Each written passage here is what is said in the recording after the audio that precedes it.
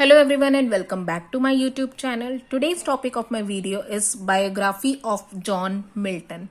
Friends, मैं works of John Milton पर already एक वीडियो अपलोड कर चुकी हूँ and I'm sure इन दोनों videos biography of John Milton and works of John Milton इन दोनों वीडियोस को देखने के बाद आपकी John Milton से रिलेटेड कोई भी क्वेरी होगी वो सॉल्व हो जाएगी.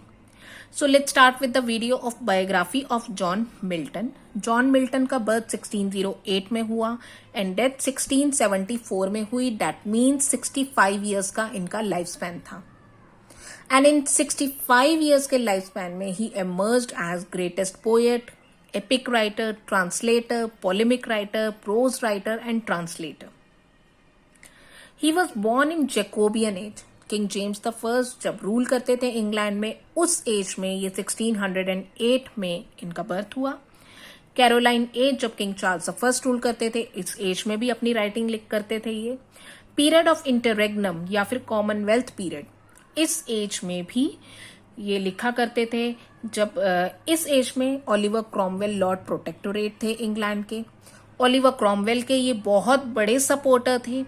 ओलिवर क्रॉमवेल एक प्यूरिटन थे, ये भी प्यूरिटन थे. साथ ही साथ ओलिवर क्रॉमवेल की गवर्नमेंट में he was appointed as secretary of foreign languages. तो बहुत बड़ी पोस्ट इनको इनके टाइम में मिली थी, ओलिवर क्रॉमवेल के टाइम में. एंड इनकी डेथ होती है रेस्टोरेशन एज में. रेस्टोरेशन एज में किंग चार्ल्स द सेकेंड यानी कि चार्ल्स द फर्स्ट के जो सन होते हैं वो क्राउन में आते हैं, इंग्लैंड में रूल करते हैं. इस एज में इनकी डेथ हो जाती है. 1674 में इनकी नेचुरल डेथ हो जाती है. तो 65 इयर्स का इनका लाइफ स्पैन था. बट ये एक ऐसे एज में पैदा हुए थे, एक ऐसे एज में राइटिंग करते थे जहां पर बहुत ही ज्यादा टर्बुलेंस, टर्मोइल्स हुआ करते थे, बहुत ज्यादा डिस्टर्बेंसेस थी, सोशल, पॉलिटिकल, इकोनॉमिकल, रिलीजियस, बहुत ज्यादा डिस्टर्बेंसेस थी. He was a staunch Puritan. एक स्टॉन्च प्यूरिटन थे. हालांकि इनके एंसेस्टर शुरू से ही प्यूरिटन या प्रोटेस्टेंट नहीं थे. इनके जो ग्रैंडफादर थे वो पहले रोमन कैथोलिक थे, जबकि इनके फादर जिनका नाम जॉन मिल्टन था वो रोमन कैथोलिक से प्रोटेस्टेंट में कन्वर्ट हुए. एंड जॉन मिल्टन खुद भी एक प्रोटेस्टेंट, बल्कि एक स्टॉन्च प्रोटेस्टेंट जिसको हम कहते हैं प्यूरिटन, वो बने. जॉन मिल्टन को एटलीस्ट 10 लैंग्वेजेस आती थी. English, Latin, French, Dutch, Greek, Hebrew, Italian, Spanish, Aramaic, Syrian, ये 10 लैंग्वेजेस इनको आती थी. बट 4 लैंग्वेजेस में वो अपनी राइटिंग किया करते थे. English, Latin, Greek and Italian, ये 4 लैंग्वेजेस थी जिसमें वो लिखा करते थे. जॉन मिल्टन का बर्थ होता है 9 दिसंबर 1608 ब्रेड स्ट्रीट, लंदन में. फादर का नाम होता है जॉन मिल्टन, मदर का नाम होता है सारा जेफरे. फादर एक म्यूजिक कंपोजर हुआ करते हैं, रीडिंग एंड राइटिंग भी किया करते हैं. और अपने फादर से इनको म्यूजिक का टैलेंट मिलता है, रीडिंग का एंड राइटिंग का टैलेंट इनको अपने फादर से मिलता है. जब वो 12 साल की उम्र के थे तब इन्होंने स्कूल में एडमिशन लिया. इनका स्कूल था Saint Paul school. Saint Paul school में इनका एक फ्रेंड था चार्ल्स डियोडाटी. इनका एक अपना पर्सनल ट्यूटर भी था जिसका नाम था थॉमस यंग, जो कि एक खुद प्यूरिटन था और इनको रिलीजियस नॉलेज देता था. ये 2 नाम इनके स्कूल टाइम के इसलिए इंपॉर्टेंट हैं क्योंकि जब ये बड़े होते हैं, कॉलेज लाइफ में जाते हैं, तब भी इनका इनसे कॉन्टैक्ट होता है और इनको लेटर्स एक्सचेंज करते हैं, अपनी राइटिंग्स में इनको एड्रेस करते हैं. इसलिए ये 2 नाम जो कि इनके स्कूल टाइम से लिंक हैं, ये इंपॉर्टेंट है. थॉमस यंग एक उनको रिलीजियस नॉलेज दिया करते थे, वो प्यूरिटन थे. और इसी स्कूल टाइम में ही इन्होंने ट्रांसलेट किया, पैराफ्रेज किया साम्स को, मतलब भजनों को, फ्रॉम हेब्रू टू ग्रीक. पहले हेब्रू लैंग्वेज से ग्रीक लैंग्वेज में उनको ट्रांसलेट किया और फिर ग्रीक लैंग्वेज से इंग्लिश लैंग्वेज में उन साम्स को ट्रांसलेट किया. सो अपनी स्कूल लाइफ से ही वो एक अच्छे ट्रांसलेटर थे. 1620 से 1625 तक स्कूलिंग करने के बाद वो कॉलेज में एडमिशन लेते हैं. क्राइस्ट कॉलेज में एडमिशन लेते हैं जो कि कैम्ब्रिज यूनिवर्सिटी का कॉलेज था. सो कैम्ब्रिज यूनिवर्सिटी के क्राइस्ट कॉलेज में एडमिशन लेते हैं. 7 साल तक यहां पर रहते हैं. बैचलर्स डिग्री लेते हैं 1629 में, मास्टर्स डिग्री 1632 में लेते हैं. क्राइस्ट कॉलेज में इनको लेडी ऑफ द क्राइस्ट भी कहा जाता है, क्योंकि उनकी जो लुक्स थी वो लेडी लाइक थी। लेडी का जैसे फेयर कॉम्प्लेक्शन होता है, फीचर्स डेलिकेट होते हैं, उसी तरह से वो लगते थे। इसी वजह से इनको लेडी ऑफ द क्राइस्ट भी कहा जाता था। इनकी इमेज फेमिनिन थी। अपने पूरे कॉलेज टाइम में इनका मेन एम्बिशन था कि वो एक क्लर्जीमैन बने या फिर एंग्लिकन प्रीस्ट बने। एंग्लिकन प्रीस्ट बनने का इनका एक ड्रीम था, बट जब उन्होंने चर्च की असल में हालत देखी, जब उन्होंने देखा कि चर्च में बहुत ज़्यादा करप्शन है, उन्होंने ये आइडिया ड्रॉप कर दिया एंग्लिकन प्रीस्ट बनने का। कॉलेज में इनके फ्रेंड थे एडवर्ड किंग। एडवर्ड किंग इनके क्लोज फ्रेंड थे, और बाद में कॉलेज पास आउट करने के बाद जब एडवर्ड किंग की डेथ हो जाती है तो इन्हीं को ही एड्रेस करते हुए इन्हीं पर ही ये एलिजी लिखते हैं, लाइसिडास। जैसा कि मैंने आपको बताया, अपने स्कूल टाइम में तो उन्होंने ट्रांसलेट किए साम्स को हेब्रू से Greek and then Greek to English language में। बट अपनी कैम्ब्रिज लाइफ में, कैम्ब्रिज यूनिवर्सिटी ईयर्स में इन्होंने 7 एलिजीज लिखी, जो कि लैटिन में लिखी। सोनेट्स लिखे इटालियन में, और कुछ इंग्लिश पोएम्स लिखी। अपने इस कॉलेज ईयर में उन्होंने, मैंने जैसे आपको बताया, 7 एलिजीज लिखी, जिसमें एलिजिया क्वाट्रो या एलिजी 4 इन्होंने थॉमस यंग को एड्रेस की है। थॉमस यंग, मैंने आपको बताया था कि ये इनके प्राइवेट ट्यूटर थे ड्यूरिंग स्कूल ईयर्स। चार्ल्स थियोडेटी, जो कि इनके फ्रेंड थे ड्यूरिंग स्कूल ईयर, उनको भी इन्होंने एलिजी 1 एंड एलिजी 6 ये इनको एड्रेस की है। इनको इन्होंने, क्योंकि कैम्ब्रिज ईयर में इन्होंने इनको लेटर्स लिखे, एलिजीज एड्रेस की, इसी वजह से ये 2 नाम बहुत ही ज्यादा इंपॉर्टेंट हैं। अपने कैम्ब्रिज पीरियड में इन्होंने, जब वो 21 ईयर्स की एज में थे, 1629 में इन्होंने लिखी on the morning of Christ nativity. 1630 में ऑन शेक्सपियर लिखा, जिसमें उन्होंने ऑन शेक्सपियर एपिटैफ लिखा था। इसका पूरा नाम था an epitaph on the admirable dramatic poet William Shakespeare. इसका पूरा नाम ये था। 22 ईयर्स की एज में लिखी। 23 ईयर्स की एज में, यानी कि 1631 में उन्होंने लिखा on arriving at the age of 23। 1632 में इन्होंने ट्विन पोएम्स लिखी, L'Allegro and Il Penseroso. आपको अगर इनके डिटेल में एक्सप्लेनेशन देखनी है तो आप मेरी वर्क्स ऑफ जॉन मिल्टन उस वीडियो को देखिए, आपको बिल्कुल अच्छे से उसकी एक्सप्लेनेशन मिल जाएगी। अपने कैम्ब्रिज यूनिवर्सिटी ईयर में इन्होंने ये पोएम्स लिखी। 1632 में जब विलियम शेक्सपियर की प्लेस का 2nd फोलियो आया, तब उसमें मिल्टन की पोएम यही ऑन शेक्सपियर पब्लिश हुई थी। ऑन शेक्सपियर का पूरा नाम ये, जैसे मैंने आपको बताया, an epitaph on the admirable dramatic poet William Shakespeare, ये पब्लिश हुई थी विलियम शेक्सपियर के 2nd फोलियो में। बट इनमें इसका जॉन मिल्टन का नाम नहीं था। इट वॉज पब्लिश्ड एनोनिमसली, मतलब ये 2nd फोलियो में ये वाली पोएम पब्लिश हुई, बट इसमें जॉन मिल्टन का कहीं पर भी नाम नहीं था, जबकि पोएम जॉन मिल्टन की ही थी। अब जब उन्होंने कॉलेज पास आउट कर लिया तो वो 1632 में हॉटन में जाते हैं। हॉटन इनका होम टाउन होता है, इनका एक विलेज होता है। अपने फादर के साथ वो हॉटन में चले जाते हैं फैमिली के साथ। ये वाला जो पीरियड है, इसमें वो खूब इंटेंसिव स्टडी करते हैं, आइसोलेट कर लेते हैं अपने आप को, और ये वाला पीरियड इनका 6 इयर्स ऑफ हैप्पीनेस पीरियड कहलाता है, क्योंकि इसमें ये अपने आप में बिल्कुल आइसोलेट करके अपनी स्टडी पर ध्यान देते हैं। और इस पीरियड में इन्होंने एक कॉमन प्लेस बुक भी लिखी। Common place book is a kind of A scrap book, जिसमें उनको कोई भी इंपॉर्टेंट चीज लगती है, कोई भी इंपॉर्टेंट, जब वो स्टडी करते हैं, कोई भी इंपॉर्टेंट उनको बात लगती है, कोटेशन लगती है या फिर पिक्चर लगती है, उस बुक में वो पेस्ट कर लेते थे या लिख लेते थे।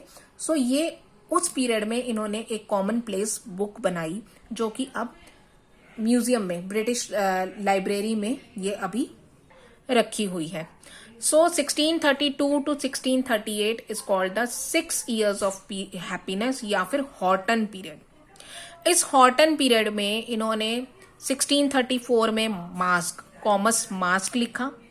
1637 में जब इनके फ्रेंड एडवर्ड किंग, जो कि इनके कॉलेज टाइम के फ्रेंड थे, एडवर्ड किंग की डेथ हो जाती है, तब ये पेस्टोरल एलिगी लिखते हैं, लाइसिडास। 1638 में वो एक ग्रैंड टूर पे जाते हैं। 1637 में इनकी मदर की डेथ हो जाती है, तब ये प्लान करते हैं कि अपने ग्रैंड टूर पे जाएं। फ्रांस, इटली, ग्रीस, स्विट्जरलैंड, ये यहाँ पर जाते हैं।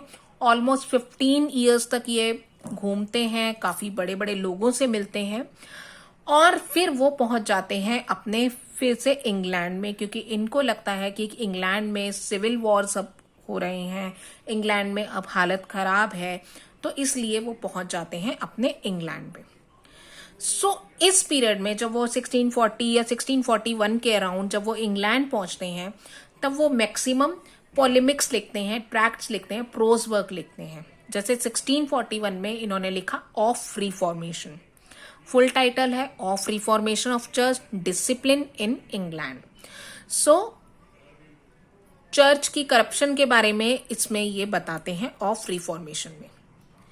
1642 में जॉन मिल्टन जब 34 इयर्स की एज के होते हैं, तब वो मैरिज करते हैं और वो शादी करते हैं मैरी पॉवेल से, जो कि इनकी हाफ ऑफ एज होती है। जॉन मिल्टन 34 इयर्स के होते हैं, मैरी पॉवेल 16 इयर्स की एज में होती है। ये मैरिज एक अनहैप्पी मैरिज होती है क्योंकि एज डिफरेंस ज्यादा होता है। दूसरा, मैरी पॉवेल ने प्रॉमिस किया था कि वो जल्दी ही आ जाएगी अपने घर में, बट थोड़े ही टाइम में वो अपने घर चली जाती है और 3 साल तक वो वापस नहीं आती। ये आप इनकी अनहैप्पी मैरिज थी और इन्होंने इस टाइम में 4 डिवोर्स ट्रैक्ट्स लिखे, 4 डिवोर्स ट्रैक्ट्स लिखे, जिसमें सबसे इंपॉर्टेंट डिवोर्स ट्रैक है doctrine and discipline of divorce. 1643 में लिखा। इसमें उन्होंने आर्ग्यू किया कि डिवोर्स क्यों नहीं मिल सकता on the ground of spousal incompatibility. अगर 2 मैरिड कपल्स के बीच में इनकम्पैटिबिलिटी है तो उनको डिवोर्स मिलना चाहिए। उसमें doctrine and discipline of divorce में लिखा, जो कि 1643 में पब्लिश हुई थी। द जजमेंट ऑफ मार्टिन बूसर, ये भी इनका डिवोर्स ट्रैक था। टेट्राकॉर्डन एंड कोलेस्टीरियन, ये 4 डिवोर्स ट्रैक्ट्स हैं जो इन्होंने लिखे because he had unhappy married life with Mary Powell. 1643 to 1645 इन्होंने ये 4 डिवोर्स ट्रैक्ट्स लिखे। 1645 में इनकी एक बुक पब्लिश होती है जिसका नाम होता है poems of mister John Milton both English and Latin. जैसा कि मैंने आपको बताया कि इनके कैम्ब्रिज यूनिवर्सिटी पीरियड में इन्होंने काफी सारी पोएम्स लिखी थी, on Shakespeare, on the morning of Christ nativity, on arriving at the age of 23, L'Allegro, Il Penseroso, ये इन्होंने कॉलेज टाइम में लिखी थी। तो इन्होंने ये वाली पोएम्स और कुछ लैटिन की पोएम्स इस 1645 की बुक कलेक्शन, पोएम कलेक्शन में पब्लिश करवाई। अब जॉन मिल्टन ने टोटल 3 मैरिजेस की थी। पहली मैरिज जॉन मिल्टन ने मैरी पॉवेल से की थी, जो उनकी हाफ ऑफ एज थी, बट 1652 में इनकी डेथ हो जाती है। ये एक अनहैप्पी मैरिज थी। 1656 में जॉन मिल्टन सेकेंड मैरिज करते हैं कैथरीन वुडकॉक से, बट 2 साल बाद ही इनकी डेथ हो जाती है 1658 में, क्योंकि कुछ कॉम्प्लिकेशंस आ जाती हैं चाइल्ड बर्थ के टाइम। मैरी पॉवेल को भी चाइल्ड बर्थ के टाइम कॉम्प्लिकेशन आई थी जिसकी वजह से उनकी डेथ हो गई थी। ऐसे ही कैथरीन वुडकॉक की भी कॉम्प्लिकेशन आई जिसकी वजह से इनकी डेथ हो गई। अब 1662 में जॉन मिल्टन थर्ड मैरिज करते हैं एलिजाबेथ मिनशेल से, जो इनकी लाइफ पार्टनर बनती है टिल हिज डेथ। टोटल इन्होंने 3 मैरिजेस की। 1644 में एक इनका इंपॉर्टेंट ट्रैक्ट आता है एरोपैजिटिका। एरोपैजिटिका एक बहुत ही ज्यादा इंपॉर्टेंट इनका प्रोज वर्क है जिसमें इन्होंने लिबर्टी ऑफ अनलाइसेंस प्रिंटिंग बोला है, इन्होंने फ्रीडम ऑफ प्रेस के बारे में बताया, freedom of speech and expressions के बारे में बताया है। इस ट्रैक्ट में उन्होंने लिखा है कि किसी भी वर्क को पब्लिश करवाने से पहले लाइसेंस लेने की जरूरत नहीं होनी चाहिए। एरोपैजिटिका इन्होंने लिखा 1644 में। अब इंग्लिश सिविल वॉर का टाइम नजदीक आता जा रहा था 1642 टू 1641 में, एंड 1649 में जब किंग चार्ल्स द फर्स्ट को बीहेड कर दिया था जनवरी 1649 में, तब इन्होंने 1 महीने बाद ही फरवरी 1649 में इन्होंने लिखा the tenure of kings and magistrate. जैसा कि मैंने आपको कहा था कि he was the supporter of Oliver Cromwell. Oliver Cromwell को बहुत ज्यादा सपोर्ट करते थे और मोनार्की को वो बिल्कुल भी सपोर्ट नहीं करते थे। तो इसी बुक में इन्होंने बताया कि parliament has right to execute King Charles the first, क्योंकि किंग चार्ल्स द फर्स्ट क्योंकि अपने एक्शंस को जस्टिफाई नहीं कर पा रहे थे, क्योंकि वो गिल्टी थे चार्जेस के लिए। तो parliament had every right to execute him. तो इन्होंने अपनी जस्टिफिकेशन दी कि पार्लियामेंट को हक है पूरा उस क्रूअल किंग को हटाने का, उसको एग्जीक्यूट करने का। सो ये वाली जो प्रोज है ये भी बहुत ज्यादा इंपॉर्टेंट प्रोज है, the tenures of kings and magistrate. अब मिल्टन को ओलिवर क्रॉमवेल की सरकार के टाइम उनको he was appointed as Latin secretary, उनको लैटिन सेक्रेटरी बना दिया जाता है। इसके बाद 1649 के बाद अब काफी सारे वर्क्स वो अपने लैटिन लैंग्वेज में लिखते हैं, like Eikonoklastes means the image breaker. इसमें वो provide the justification of execution of King Charles the First. King Charles the First की आइकन को ब्रेक करते हैं, कि बताते हैं कि King Charles the First he was guilty और पार्लियामेंट ने बिल्कुल सही किया उनको एग्जीक्यूट करवा के। डिफेंसियो प्रो पॉपुलो एंजेली कैनो, ये भी इनका लैटिन में वर्क था। इसको फर्स्ट डिफेंस भी कहा जाता है, 1651 में पब्लिश हुआ था। डिफेंसियो सेक्युंडा सेकंड डिफेंस कहा जाता है, 1654 में पब्लिश होता है। तो जब वो लैटिन सेक्रेटरी बनते हैं ओलिवर क्रॉमवेल के टाइम में, तब ये लैटिन कुछ प्रोज वर्क्स लिखते हैं। अब 1652 में at the age of 44 years he became completely blind। तो 1652 जो ईयर है इनके लिए बहुत इंपॉर्टेंट ईयर था, क्रूशियल ईयर था, क्योंकि 1652 में एक तो इनकी जो पहली वाइफ थी मैरी पॉवेल, इनकी डेथ हो जाती है, और 1652 जब वो 44 ईयर्स की एज के होते हैं तो उनकी दोनों आंखें चली जाती हैं, ही बिकेम कंप्लीटली ब्लाइंड। 1653 में उन्होंने मिल्टन ने अपना सजेस्ट किया एंड्रू मार्वेल को अपना असिस्टेंट बनाने के लिए, बट उनको परमिशन नहीं मिली एंड अल्टीमेटली 1657 में Andrew marvel became Milton's assistants. Milton कोई भी राइटिंग किया करते थे उसमें एंड्रू मार्वेल असिस्ट करते थे उनको। अब 1652 में जैसे कि मैंने आपको बताया कि इनकी आईज चली गई थी, ही बिकेम कंप्लीटली ब्लाइंड। तब इन्होंने लिखा when I consider how my light is spent, या फिर इसको ऑन हिज ब्लाइंडनेस भी कहा जाता है। सो अब ये वाला जो मैक्सिमम टाइम गया इनका प्रोज राइटिंग करने में। अब 1658 में ओलिवर क्रॉमवेल की डेथ हो जाती है एंड इनके फ्यूनरल में 3 greatest poets John Milton, Andrew marvel and John Dryden, ये इनके फ्यूनरल्स को अटेंड करते हैं। सो 1660 में अब किंग चार्ल्स II का रेस्टोरेशन होता है, चार्ल्स II को किंग बनाया जाता है।